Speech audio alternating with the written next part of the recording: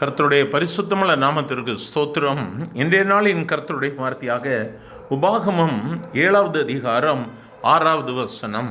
நீ உன் தேவனாகிய கர்த்தருக்கு பரிசுத்த ஜனம், பூச்சகரத்தில் உள்ள எல்லா ஜனங்களிலும் உன் தேவனாகிய கர்த்தர் உன்னை தமக்கு சொந்தமாயிருக்கும்படி தெரிந்து கொண்டார். எனக்கு அருமையான தேவ பிள்ளை, இந்த காலை வேளையில் நாம் ஆராதித்து கொண்டிருக்கிற நம் ஆண்டவர் ஆகிய ஜீவனுள்ள தேவனாகிய கர்த்தர் நம்மோடு கூட பேசும் பொழுது நம்மை பார்த்து சொல்லுகிறார், நீ தேவனாகிய கர்த்தருக்கு பரிசுத்தம் உள்ள ஜனம். எவ்வளோ அருமையான ஒரு வாக்கு தத்துவம் இல்லை? இந்த வார்த்தைகளை கேட்கும் பொழுது உண்மையாகவே உள்ளத்தின் ஆழத்திலிருந்து என் ஆண்டவரோடு கூட ஒரு நெருங்கிய உறவு, நட்பு நமக்குள்ளாக பொங்கி எழுகிறது. எனக்கு அருமையானவர்களே, நம்மை பார்த்து அவர் சொல்லுகிறார், நீ கர்த்தருக்கு பரிசுத்த ஜனம். எவ்வளவு மேன்மையான ஒரு வாக்கு தத்தத்தின் ஆசீர்வாதம்! இந்த பரிசுத்தமான ஜனத்திற்கு தான் தேவனாகிய கர்த்தர் சொல்லுகிறார், உன்னை தமக்கு சொந்தமாக இருக்கும்படி தெரிந்து கொண்டார். எனக்கு அருமையானவர்களே, நம்முடைய நட்புகள் நம்மை விட்டு விலகி விட்டார்கள். நம்முடைய சொந்தங்கள் நம்மை விட்டு தூரமாய் போய் விட்டார்கள். நம்மிடத்தில் உறவு என்று சொல்லி, நட்பு என்று சொன்னவர்கள், நம்மிடத்தில் நிறைய நன்மைகளை பெற்றவர்கள் இன்று வெகு தூரமாய் போயிட்டாங்க. நீ யாருன்னு எனக்கு தெரியாதுன்ற ஒரு நிலைமைக்கு போயிட்டாங்க. ஒருவேளை அந்த நிலைமையில் நீ தள்ளப்பட்டிருக்கலாம் இந்த வார்த்தைகளை கேட்டுக்கொண்டு இருக்கும் பொழுது. ஆனால் தேவனாகிய கர்த்தர் நம்மை பார்த்து சொல்லுகிறார், நீ எனக்கு சொந்தமாக இருக்கும்படி தெரிந்து கொண்டேன்.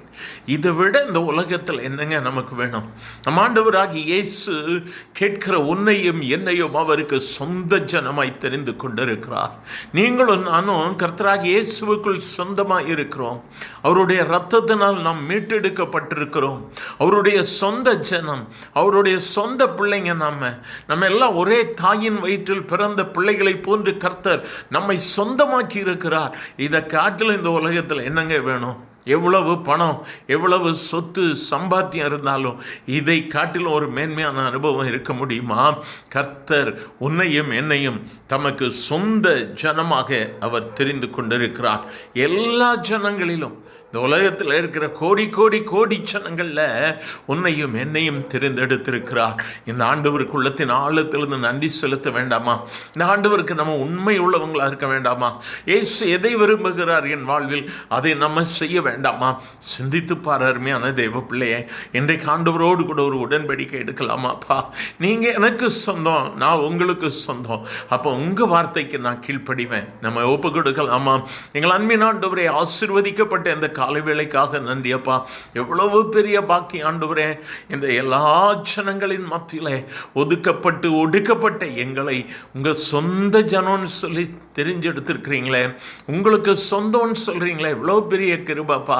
இந்த கிருபை எங்கள் வாழ்வில் நிரந்தரமாக இருக்கட்டும். நாங்கள் உமக்கு சொந்தமாக இருக்கும்படியாக எங்களுடைய வாழ்க்கையை பரிசுத்தமாக்கும் ஆண்டவரே.